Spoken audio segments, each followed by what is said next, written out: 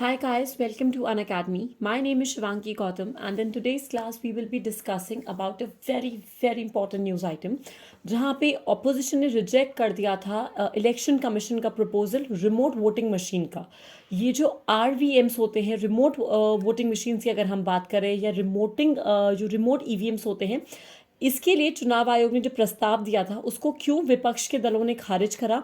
जहां पे जो ऑल पार्टी मीटिंग हुई थी, क्या रीजन था जिसकी वजह से इसको खारिज किया गया, आइए आज की क्लास में जानते हैं। अब सबसे पहला जो इम्पोर्टेंट पार्ट है, जो सबसे इम्पोर्टेंट एवेन्यू ऑफ डिस्कशन है कि एक्चुअली में इलेक्शन कमीशन ने किस चीज़ को लेके ये ऑल पार्टी मीटिंग बुलाई थी। तो इलेक्शन कमीशन ने रिमोट वोटिंग मशीन, जो प्रवासी मतदाता हैं या जो माइग्रेंट वोटर्स हैं, उनको लेके ये बोला था कि जो लोग अपने जहाँ पे उनका रेसिडेंशियल एड्रेस है या जहाँ पे उनका जो वोटिंग एड्रेस है वहाँ से किसी और दूसरी जगह चले जाते हैं काम की वजह से, वो कहीं पे भी मतदान कर सकते हैं, वोट कर सकते हैं, जिसके तहत बहुत ज़्यादा ऑपोजिशन पार्टीज ने इसको ऑब्जेक्ट करा।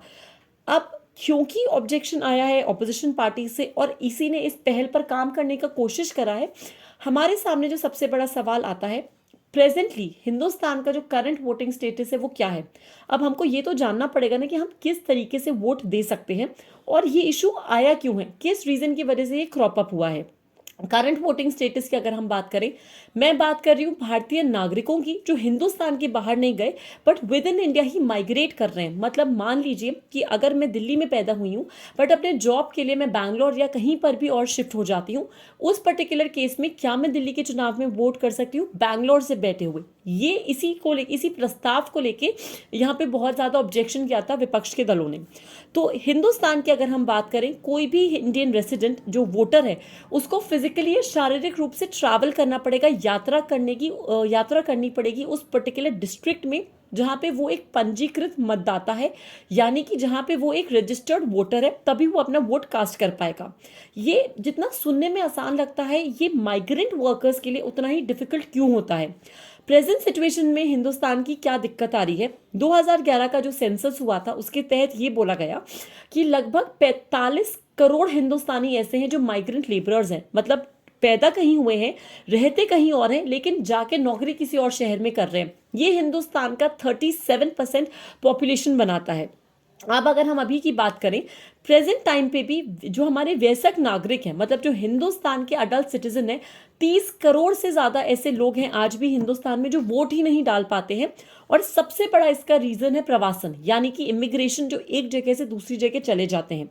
अगर मैं एक इंटरनल माइग्रेशन डेटा हिंदुस्तान का बताऊं जो आपको एक क्लियरर आइडिया देगा, आप इस मैप से जान सकते हो, देख सकते हो कि बहुत से लोग देश के बाहर भी जाते हैं, विद इन द कंट्री भी जाते हैं, लेकिन कुछ ऐसे डिस्ट्रिक्ट्स हैं जहाँ पे 20% से ज़्यादा का माइग्रेशन दर है। मतलब हिंदुस्तान के अलग अलग गांव से, देहात से, शहरों से लोग इन मेजर सिटीज़ में काम करने, किसी भी तरीके से रहने बसने जाते हैं, जिसमें Chandigarh, new Delhi, Kinnaur, Tawang, Kohima, मुकुकचुंग, Daman and Diu, Dadra Nagar Haveli, Mumbai suburban, ये प्रोमिनेंट शहर आते हैं। और यहाँ पे मेजरली हमारे पास जो पॉपुलेशन का परसेंटेज जाता है वो टियर 3, टियर 4 सिटी से ही इन जगहों पे माइग्रेट करता है, जिसके तहत सबसे बड़ा सवाल आता है, तो फिर ये आरवीएम इस प्रॉब्लम का सोल्यूशन देगा कैसे। हमने ये तो देख लिया कि 37% हिंदुस्तान का पॉपुलेशन ऐसा है जो कि माइग्रेंट वर्कर की कैटेगरी में आता है। 30 करोड़ के अराउंड लोग अभी भी वोट नहीं कर सकते। तो इलेक्शन कमीशन ने बोला हम एक multi constituency remote electronic voting machine का जो तरीका है उसको एक्सप्लोर करने की कोशिश करते हैं, जहां पे हम वोटिंग को इस तरीके से फैसिलिटेट करवा देंगे, अलग अलग कॉन्स्टिट्यूएंसी के जो लोग हैं एक ही सिंगल रिमोट पोलिंग बूथ से या एकल दूरस्थ मतदान केंद्र से वोट कर सकते हैं। हमारे लिए ये ज़रूरी क्यों है, इन फिगर्स की वजह से 37% हिंदुस्तानी माइग्रेंट्स हैं, 30 करोड़ हिंदुस्तानी वोट नहीं कर सकते। और अब सबसे बड़ा सवाल, क्या मैं बिना वतन गए अपना मतदान केंद्र में वोट डाल सकता हूं। तो इसके लिए तो भैया प्रॉक्सी वोटिंग आ गई। एनआरआईज के लिए तो 2003 में ही हमने प्रॉक्सी वोटिंग का प्रावधान देख लिया, पर उन लोगों का क्या जो बीएसएफ में नौकरी करते हैं, सीआईएसएफ में नौकरी करते हैं, आर्म्ड पर्सनल है, जो पैदा या परवरिश या रहते किसी और शहर में बट पोस्टिंग किसी और जगह पर है। इसी की वजह से दो कॉन्सेप्ट्स आते हैं, पोस्टल बैलेट, डाक मतदान, या प्रॉक्सी वोटिंग। ये दोनों कॉन्सेप्ट्स क्या हैं, आइए ये जानते हैं। तो पोस्टल बैलेट की अगर हम बात करें, ये रिस्ट्रिक्टेड या लिमिटेड सेट ऑफ वोटर्स के लिए ही दी जाती है जो पोस्टल या डाक मतदान के थ्रू अपना वोट डाल सकते हैं। इस फैसिलिटी के थ्रू क्या होता है, कोई भी वोटर अपना वोट डालने के लिए रिमोटली एक अपने प्रेफरेंस के हिसाब से बैलेट पेपर या मत पत्र पे अपना चॉइस मार्क करेगा और उसको इलेक्शन ऑफिसर के पास है, जो निर्वाचन अधिकारी है, उनके पास तक भेज देंगे। कब तक, इसका भी एक स्टिपुलेटेड टाइम फ्रेम है कि भाई जब तक आपके कॉन्स्टिट्यूएंसी में काउंटिंग नहीं हो जाती, आपको उससे पहले पहले ये भेजना होता है। कौन से ऐसे लोग हैं, कौन से ऐसे नागरिक हैं भारत के जो कि पोस्टल बैलेट के थ्रू वोट कर सकते हैं? हमारे पास आते हैं सर्विस वोटर्स, जिसमें आर्म फोर्सेस के लोग, आर्म्ड पुलिस फोर्सेस के लोग किसी भी स्टेट के, या गवर्नमेंट सर्वेंट्स जिनकी बाहर पोस्टिंग होती है, जो भी हमारे ब्यूरोक्रेट्स होते हैं वो लोग। वोटर्स जो इलेक्शन ड्यूटी पे होते हैं, चुनावी ड्यूटी पे होते हैं, कोई भी 80 साल के ऊपर के लोग, या जो पर्सन जिनको कोई ना कोई डिसेबिलिटी होती है। अलॉन्ग विद दैट जो लोग जेल में है या निवारक हिरासत में, प्रिवेंटिव डिटेंशन के तहत जेल में गए हैं, वो लोग भी इस प्रावधान को अपना सकते हैं। अब कॉन्सेप्ट आता है प्रॉक्सी वोटिंग का, जो कि हिंदुस्तान में लोकसभा ने 2003 इलेक्शंस के टाइम लेकर आए थे एक लिमिटेड स्केल पे। तो प्रॉक्सी वोटिंग में ये होता है कि भाई जो रजिस्टर्ड इलेक्टर है ना, वो अपना वोटिंग का पावर किसी रिप्रेजेंटेटिव को दे देता है। मान लीजिए कि जब दिल्ली में वोटिंग हो रही होगी, मैं उस टाइम भारत से बाहर चली गई, तो मैं अपने घर में या अपने दोस्तों में से किसी को ये बोल सकती हूँ कि आप मेरे बिहाफ पे जाके वोट डालाइए। तो ये क्लासिफाइड सर्विस वोटर को ही अलाउ किया जाता है कि आप प्रॉक्सी लाइक आप एक नॉमिनेट कर पाए अपना प्रॉक्सी, या जो मेरी जगह जाके मेरे बिहाफ पे वोट को डाल पाएगा। इसमें हम arm forces, BSF, CRPF, CISF, general engineering reserve forces, border road organisation के जो पर्सनल होते हैं, उनके लिए ये फैसिलिटी ओपन होती है। And even for the NRIs this facility is open. अब हमारे पास जो सवाल आता है कि भाई जो न्यूज़ आइटम था जहां इलेक्शन कमीशन कोशिश कर रहा है रिमोट वोटिंग मशीन्स का, तो सबसे बड़ा सवाल रिमोट वोटिंग क्या होती है, रिमोट वोटिंग मशीन्स क्या है, और किस रीजन की वजह से, ऐसे कौन से बुनियादी रीजन थे जिसकी वजह से ऑपोजिशन ने इसको ऑब्जेक्ट करा। तो रिमोट वोटिंग तब होती है इन पर्सन, जहां पे अगर कभी भी लोग असाइंड पोलिंग स्टेशन की जगह, मतदान केंद्र की जगह किसी और टाइम पे या किसी और पोस्ट से एक प्रॉक्सी के एक प्रतिनिधि के तहत अपना वोट डालें। तो डिमांड क्या आती है अलग अलग पॉलिटिकल पार्टीज की, उन्होंने ये बोला कि आप इंश्योर करो कि जो प्रवासी मजदूर होते हैं, जो नॉन रेसिडेंट इंडियंस होते हैं, जो माइग्रेंट वर्कर्स है, जो एनआरआईज है, दोनों को वोट करने के लिए अलाउ कर दीजिए आप। यहाँ पे इस बात के लिए राजी तो हो गया इलेक्शन कमीशन, पर सबसे बड़ा सवाल, जरूरत क्या पड़ी इसकी? बिना इसके भी तो काम चल ही रहा था ना। वोटिंग तो हमको तभी भी पता लग रही है, हिंदुस्तान का नागरिक तब भी वोट कर रहा है और हमको एग्जैक्टली पता है कि कौन कितने परसेंटेज से जीता। लेकिन अगर 37% पॉपुलेशन हमारी, चलिए अब अगर हम 2011 का सेंसस छोड़े और प्रेजेंट फिगर्स के हिसाब से भी जाएं, हो सकता है 32 या 35% हमारा पॉपुलेशन हो जो वोट नहीं कर पा रहा। तो पहला होता है प्रतिकूल परिस्थितियां, अनफेवरेबल कंडीशंस की, लोग ट्रैवल नहीं कर पा रहे हैं। दूसरा होता है कि वोटिंग टर्नआउट कम है, जिसकी वजह से कुछ सिलेक्टेड कैंडिडेट्स ही जीत पा रहे हैं। रजिस्ट्रेशन हो रहा है अनऑर्गेनाइज्ड वर्कर्स का, जो कि अपने आप में एक गलत चीज़ है। और हेल्थ कंसर्न की, किसी को कोविड हो गया, तबीयत खराब हो गई, वो इस वजह से वोट नहीं डाल पाए, तो उनकी जगह पर कोई एक प्रॉक्सी कैंडिडेट या एक प्रॉक्सी वोटर जा सकता है वोट डालने के लिए। लेकिन अब अगर रिमोट ईवीएम की अगर हम बात करें, तो ये किस तरीके से काम करती है वो जान लेते हैं। तो रिमोट ईवीएम या रिमोट आरवीएम जिसकी हम बात कर रहे हैं, इसको बनाने का दारोमदार लिया था भारत इलेक्ट्रॉनिक्स लिमिटेड ने, बीईएल ने, और electronic corporation of India limited ने। तो ईसीआईएल और बीईएल दोनों की मिली जुली पहल थी रिमोट ईवीएम को बनाना, जहां पे ये एक stand alone non network system होती है, जहां पे मल्टीपल कॉन्स्टिट्यूएंसीज से लोग सेम ही मशीन पे वोट डाल सकते हैं। काम किस तरीके से करती है, यहाँ पे अलग अलग यूनिट्स होते हैं। तो आपको इस फिगर से ना बहुत सारे टर्म्स दिख रहे होंगे, जैसे आरबीयू, पीडीसीयू, शायद आपको समझ नहीं आए तो डोंट वरी, हम वो भी आपको बताते हैं। अगर हम इसमें बात करें, दो कंपोनेंट सबसे इंपॉर्टेंट है। एक होता है आपका आरबीयू, जो होता है आपका सिंगल रिमोट बैलेट यूनिट। दूसरा होता है बैलेट यूनिट ओवरले डिस्प्ले, बीयूओडी। तो जो आपका आरबीयू है ये वाला पार्ट, और दूसरा जो आपका बीयूओडी होता है ये वाला पार्ट, ये सबसे प्रोमिनेंट अंग होते हैं रिमोट ईवीएम के। ठीक है, आरवीएम की अगर हम बात कर रहे हैं, तो ये जो सिंगल रिमोट बैलेट यूनिट होता है ये मल्टीपल कॉन्स्टिट्यूएंसीज 72 कॉन्स्टिट्यूएंसीज को एक साथ केटर कर सकता है, जहां पे डायनामिक बैलेट डिस्प्ले होता है। तो आप यहाँ पे देख सकते हो कि ये एक पब्लिक डिस्प्ले बोर्ड होगा।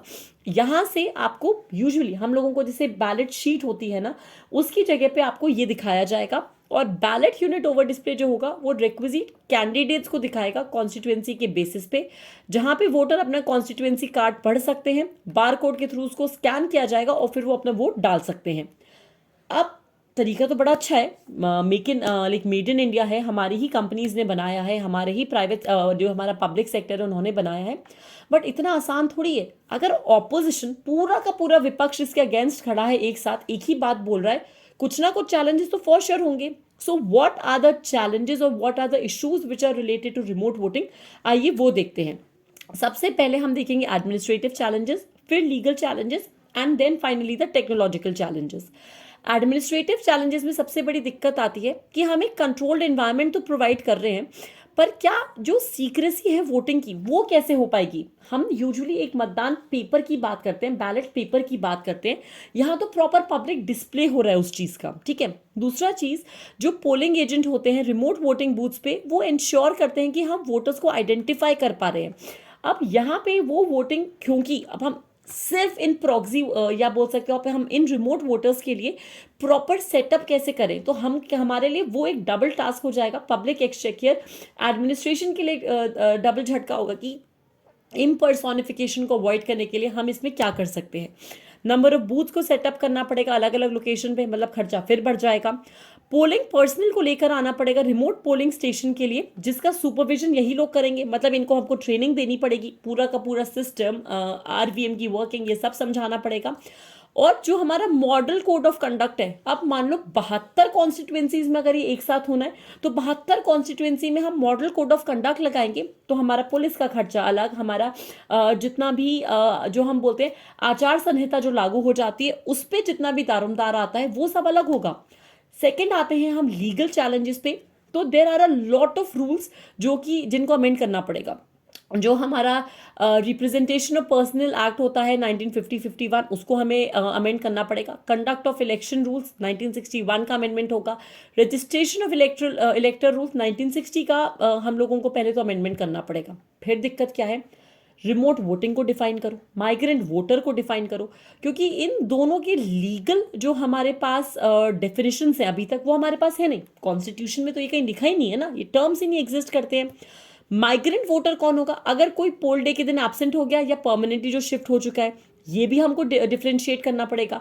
जो रजिस्ट्रेशन है ओरिजिनल प्लेस का वो भी आपको रखना पड़ेगा। जो आपका ऑर्डिनरी रेसिडेंट है या आपका जो लीगल आप बोल सकते हो आपका टेम्पररी लीगल रेसिडेंस है, आपको उसका भी कोई ना कोई पहचान पत्र रखना पड़ेगा। रिमोट वोटिंग के लिए अब आप ये टेरिटोरियल कॉन्स्टिट्यूएंसी वाला कॉन्सेप्ट लाना पड़ेगा, जहां आपको समझाना पड़ेगा लोगों को कि आप किस कॉन्स्टिट्यूएंसी को बिलोंग करते हो, वहां की उस कॉन्स्टिट्यूएंसी के लिए वोट क्यों डाल रहे हो। फिर आपको रिमोटनेस बतानी पड़ेगी कि आप उस कॉन्स्टिट्यूएंसी के बाहर हो या आप उसी स्टेट में हो बट अलग कॉन्स्टिट्यूएंसी में हो या अलग ही स्टेट से वोट डाल रहे हो। तो ये अपने आप में एक बहुत बड़ा लीगल हर्डल आ जाएगा। टेक्नोलॉजिकल चैलेंजेस, क्योंकि बहुत सारा जो हमारा प्रवासी मजदूर है, जो हमारा माइग्रेंट वोटर होगा, उसको फेमिलियरिटी ही नहीं होगी।